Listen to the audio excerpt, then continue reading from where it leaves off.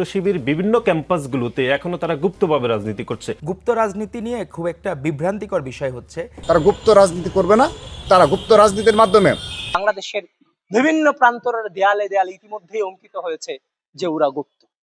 চলুন একটু চোখ বোলাই ছাত্র শিবির কিভাবে গুপ্ত ছিল এবং গুপ্ত থেকে তারা কিভাবে আন্দোলন সংগ্রাম করেছে। ওরা শিবিরের প্লাবানেটি এখানে কোনো ডিসকাস প্রবলেম না। শিবির আপনি কিভাবে নিশ্চিত? আমি জানি ওরা শিবির, স্টুডেন্ট মানে কি শিবির? হ্যাঁ ওরা জামাত শিবির, জামাত শিবির। স্টুডেন্ট তোর পা লুলা করবো বেটা, ধান পড়ে গেছে বেটা, এই শিবির বেটা, এই মাথা, এই শিবির বেটা, তুই এখানে আছিস, লুলা করবো টার্গেট, লুলা করবো বেটা, বেটা আয় আয় আয়, লুলা করবো আয় আয় আয়।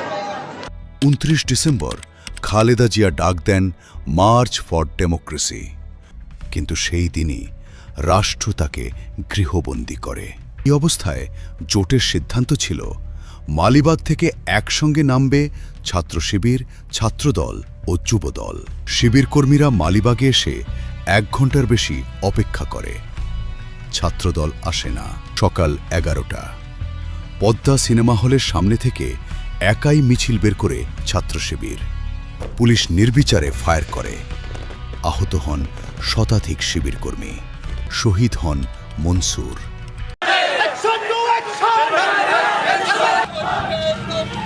এটা